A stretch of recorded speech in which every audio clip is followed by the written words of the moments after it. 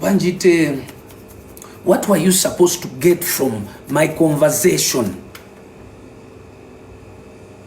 Nolyokulaba obuyenje ne busituka ne kavayo simanya agambye bwe batyo system bweri balemesa temuddira bunafu bw'abayimbi kubushuga kotinga ko mbu Bebe kulu babalemesa mbu the big three babalemesa.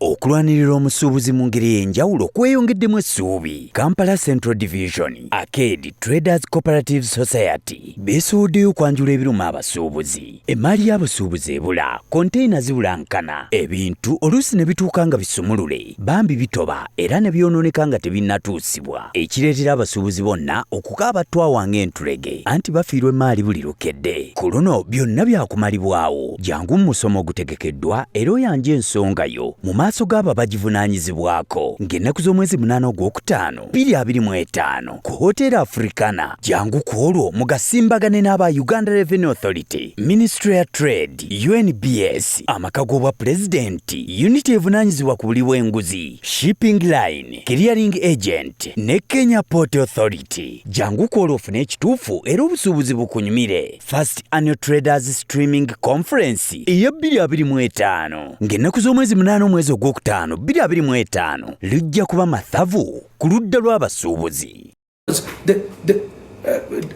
Banjite, what were you supposed to get from my conversation? Nolyokulaba obuyenje ne busituka ne kavayo simanya agambye bwe batyo system bweri balemesa temuddira bunafu bw'abayimbi kubushuga kotinga ko mbu Bebe kulu babalemesa mbu the big three babalemesa nga nesaawe no big three tukyakola night and day. Nesaawe no the same people you call the big three are still working night and day. Mbu system abayimbi, let no one ever lie to you mbu waliwo system. Your imagination of failures, and this is a type of failures. These are the things that we used to tell, and these are the things I used to tell you every single day. Stop doing drugs.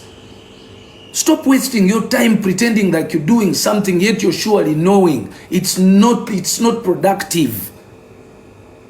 Buli muntu yenna azze ku internet kuno, every Ugandan artist or failed artist who has failed has been related to drugs. You write down the names.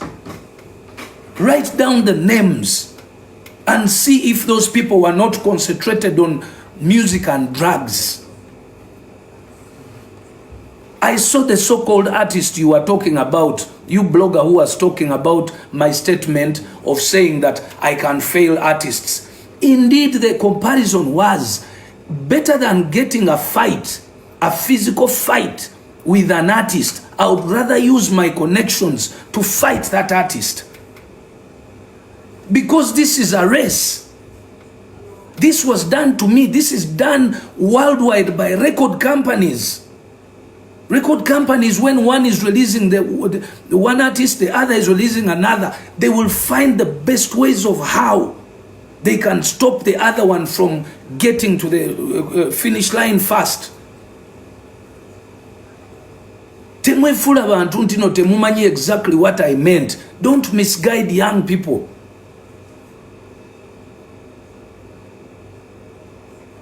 Record company A releasing artist A and record company B releasing artist B. Buli omu ayagala owe abasooka. Bonna bagenda ku radio yemu. Kati record company A bwe banga ye yafunira DJ omulimu ku radio. You tell me, oyo DJ anakuba music wani? Temwefula mbu mumanyi nyombo mbu mwefula analysis. I know you're learning how to analyze, but don't misguide people.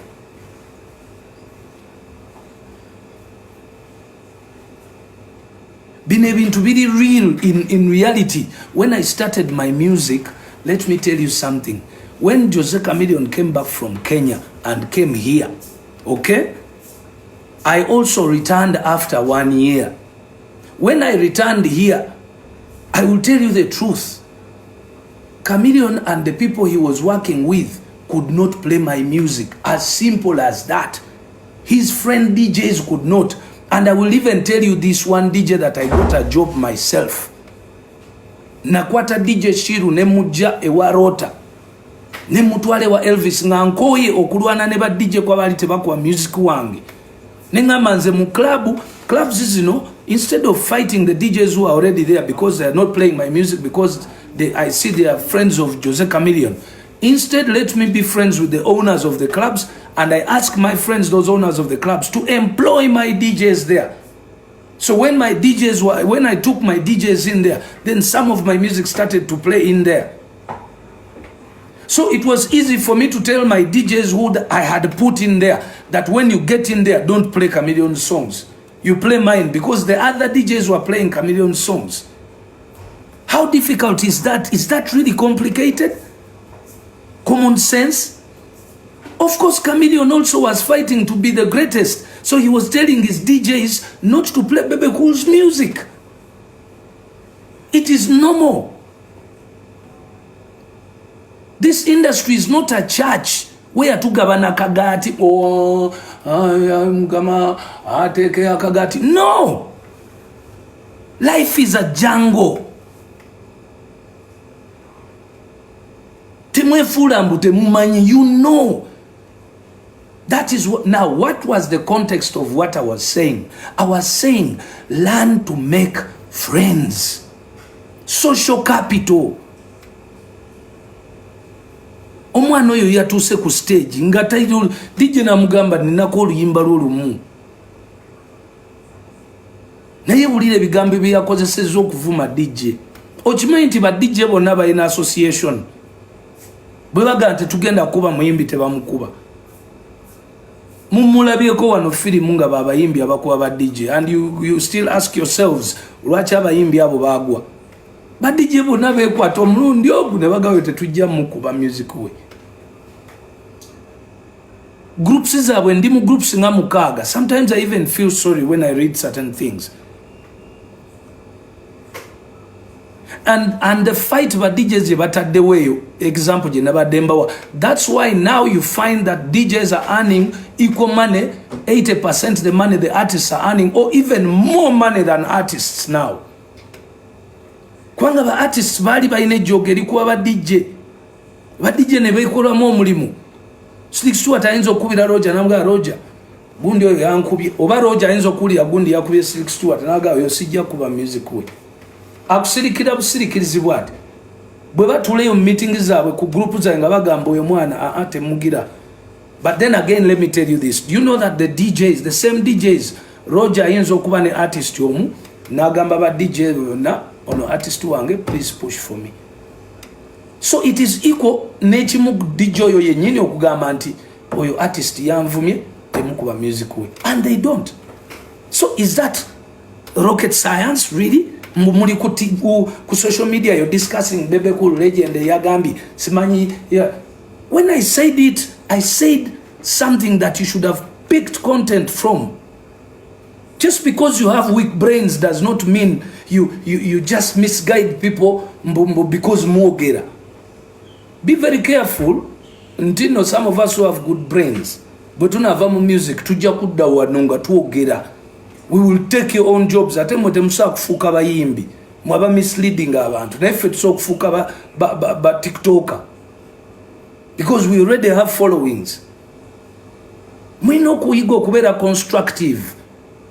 Ate nammwe abantu mulekerawo nnyo okubeera nga temulaba bu clip webuti bwe basazeemu. And you just take. Mwina okumanya omuntu wabeeredde ku TikTok live kitegeeza abaddeko hours and hours. We were speaking about just a few topics. I spoke for about 3 to 4 hours. How can you take something that lasts less than a minute? But that is what it meant.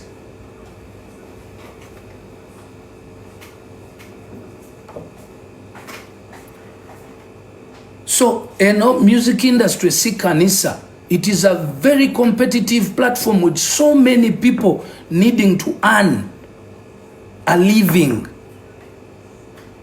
Chogamba go muyimbi atuddawa mpuliriza balaba ogenda kubeera olaba omuyimbi oli omulala nga akuyitako gosirike nga toyina kyokolawo omukubira engalo mbu agenze wakabi nnyo ye agenze. That's why temuyitawo. Nalabidde ddala a person on live saying nti kyekyabalemesa abayimbi abato kyekibalemeseza okubitinga ba Bebe kumbu the big three. What? No wonder you're a failure in life. You person who said that. I am not surprised. You're so petty. You're so petty like this. Era sikuvuma naye njagala oddeyo mu ndabirwamu weyambule ng'oli wekka mu kisenge wenonyeko anything valuable between you, your life and your family. Okujjako okuzaala nti wazaala abaana era osabe Katonda nti nno okyuka kati oba redirecting a mindset. Because you're arguing out a person who is a million times successful using his formula, while your formula that you think was right has kept you below. What is wrong with Ugandans for not understanding that a person who lives a better life than you made the better decision than yours? It means he understood more than you did. It means you have to learn from him rather than attack him. In Uganda, this is a country where those who don't have abuse those who have. This is a country where the unsuccessful attack the successful, telling them they are unsuccessful.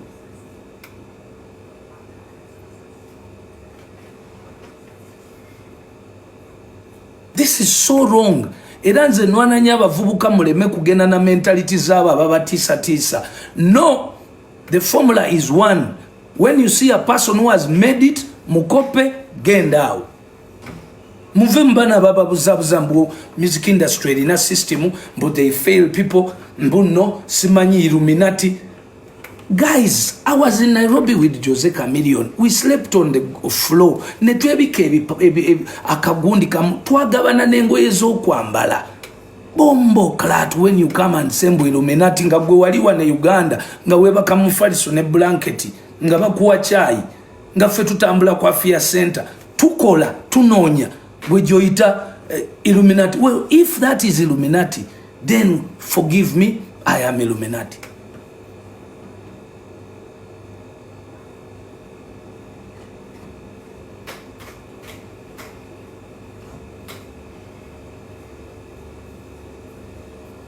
More very strange, but you see, because I love my country so much, I will not cease. I don't. This life today goes against a few things with my.